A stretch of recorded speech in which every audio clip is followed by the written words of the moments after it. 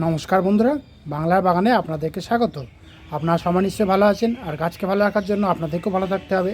দেখেন, আপনাদের সবার প্রিয় বাংলার বাগানের এই চন্দ্রমল্লিকা ফুল গাছে যে কুঁড়িগুলি এসেছিল, সেই কুঁড়িগুলি কিন্তু অলরেডি মুখ ফাটতে শুরু করে দিয়েছে, দেখেছেন। তো আশা করছি যে ভালোই ফুল পাবো। মানে এতদিনের যে পরিশ্রম, সেই পরিশ্রমটা কিন্তু বৃথা গেল না। কুঁড়িগুলি মুখ ফাটতে দেখে আমি খুব আনন্দিত। তো আপনাদের বাগানেও যে সমস্ত চন্দ্রমল্লিকা ফুল গাছ আপনারা বসিয়েছেন, আশা করি এরকম কুঁড়ি এসছে এবং কুঁড়ি মুখ ফাটতেও শুরু করে দিয়েছে। তো আপনারাও দেখবেন এরকম গাছ ভর্তি করে ফুল পাবেন খুব সহজেই। টাইটেল আর থাম্বনেল দেখে আপনারা নিশ্চয়ই বুঝতে পেরেছেন যে আমি আজ আপনাদের সঙ্গে কী গাছ পরিচর্যা নিয়ে আলোচনা করতে চলেছি। তো তাহলে চলুন সে আলোচনার বিষয়ের দিকে তাহলে এবার যাওয়া যাক।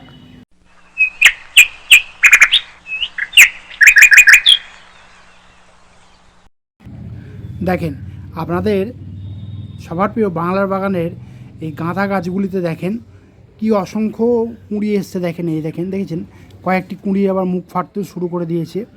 কিছু ইনকা ভ্যারাইটি আছে, কিছু সাদা ভ্যারাইটি যে আর কি গাঁদা ফুল সেগুলি আছে, কোল্ড কয়েন কিছু আছে।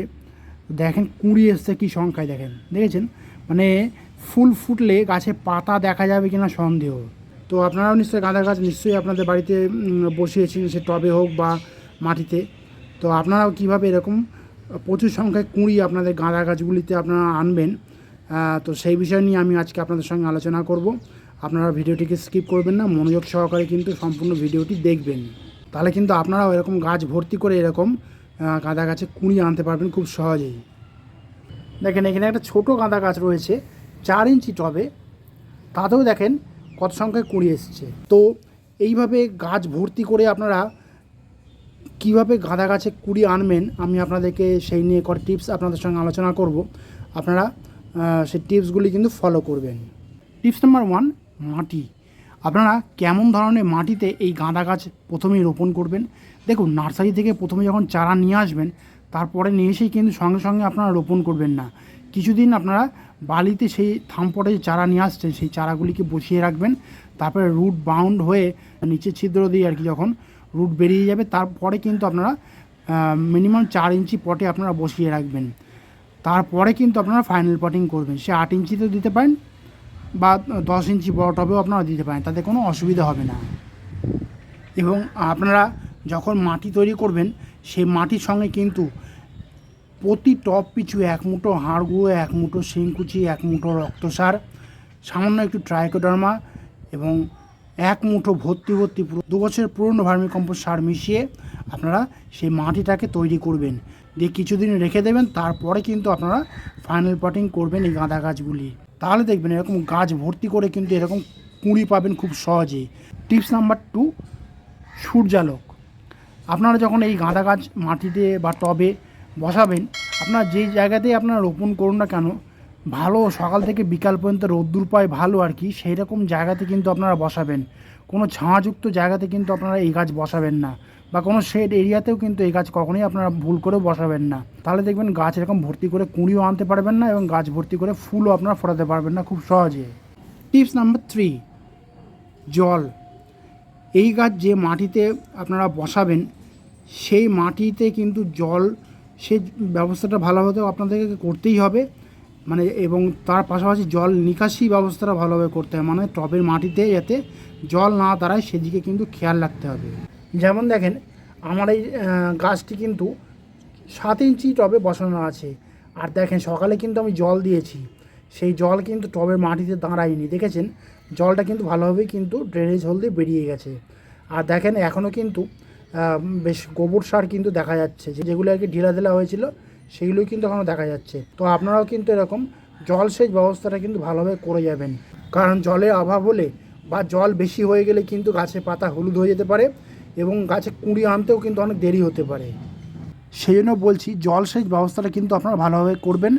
টিপস নাম্বার 4, খাবার। যখন দেখবেন আপনাদের গাছে একদম সুজি দানার মতো ছোট্ট ছোট্ট কুঁড়ি দেখা দিচ্ছে, অর্থাৎ এইরকম যখন কুঁড়ি দেখা দেবে, তখন থেকেই কিন্তু এই গাছে খাবার প্রয়োগ করতে হবে। তো কি খাবার আপনারা প্রয়োগ করবেন? দেখুন, যখন দেখবেন এরকম ছোট্ট ক্ষুদ্র আকার কুঁড়ি দেখা দিচ্ছে, সেই সময় আপনারা খোল ভেজানো যে জলটা আপনারা দিচ্ছিলেন, সেটাকে একটু গাঢ় করে দিতে থাকবেন। এবং শুধুমাত্র খোল জল দিলেই কিন্তু হবে না, তখন ডিএপিটাকেও কিন্তু আপনারা স্টপ করে দেবেন। তখন খোল জলের সঙ্গে আপনাদেরকে একটি রাসায়নিক খাবারও কিন্তু প্রয়োগ করতে হবে। সেই রাসায়নিক খাবারটি হলো 10-26-26। সেই খাবারটি কিন্তু আপনারা প্রয়োগ করবেন। আপনারা খোল ভেজানো জলের সঙ্গে মিশিয়েও দিতে পারেন অথবা আলাদা করেও দিতে পারেন।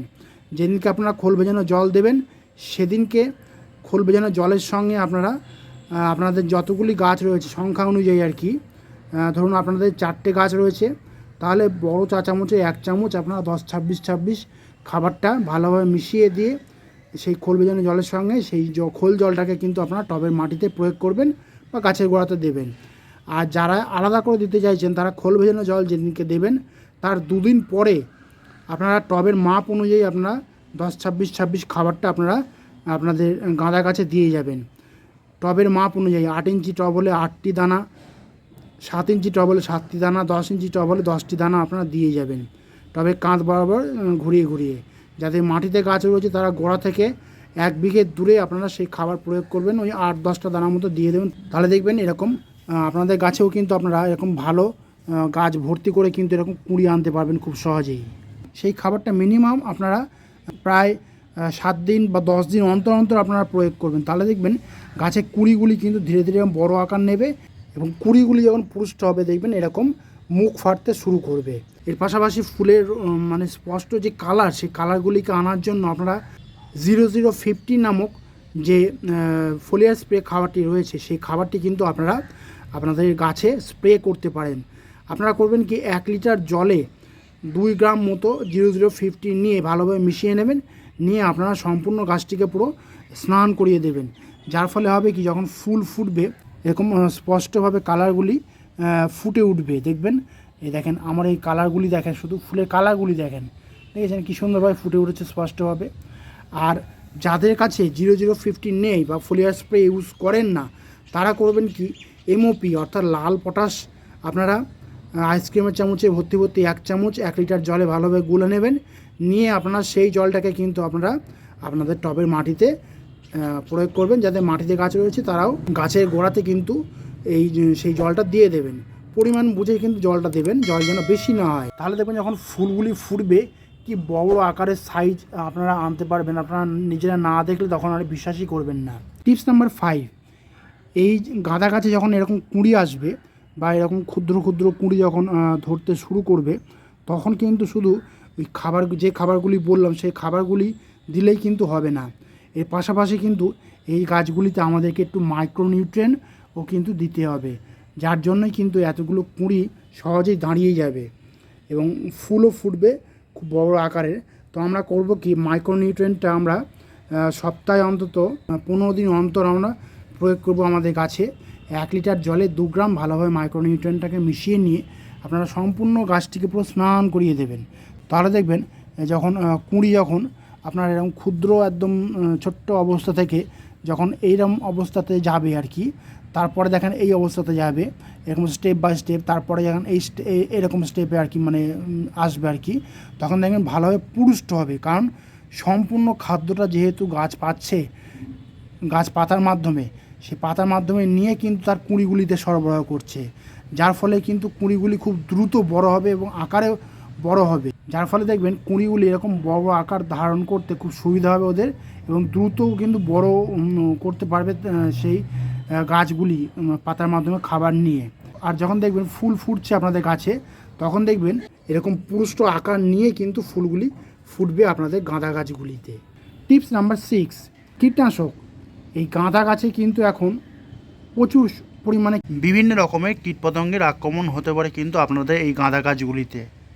আপনারা সেই জন্য করবেন কি কনফিডার নামক কীটনাশকটা আপনারা 1 লিটার জলে 2 ml ভালোভাবে মিশিয়ে নিয়ে আপনারা সম্পূর্ণ গাছটিকে পুরো স্নান করিয়ে দেবেন। তাহলে দেখবেন গাছে কোনো লেদা পোকা, জাপ পোকা, মিলিবাগ কোনো রকমের পোকামাকড়ে কিন্তু আক্রমণ করতে পারবে না। আর এই গাঁদা গাছের প্রধান সমস্যা হলো মাকড়। এই গাছে যাতে মাকড় না ধরে বা মাকড়ের আক্রমণ না হয় সেই জন্য কিন্তু কাকা নামক কীটনাশকটাও কিন্তু আমাদেরকে প্রয়োগ করে যেতে হবে। আপনারা করবেন কি 2টো কীটনাশকই কিন্তু ঘুরিয়ে ফিরিয়ে সাইকেল ওয়াইজ কিন্তু আপনারা ইউজ করবেন। 15 দিন গ্যাপে 1 লিটার জলে 2 ml করে নেবেন, নিয়ে সম্পূর্ণ গাছগুলিকে পুরো স্নান করিয়ে দেবেন।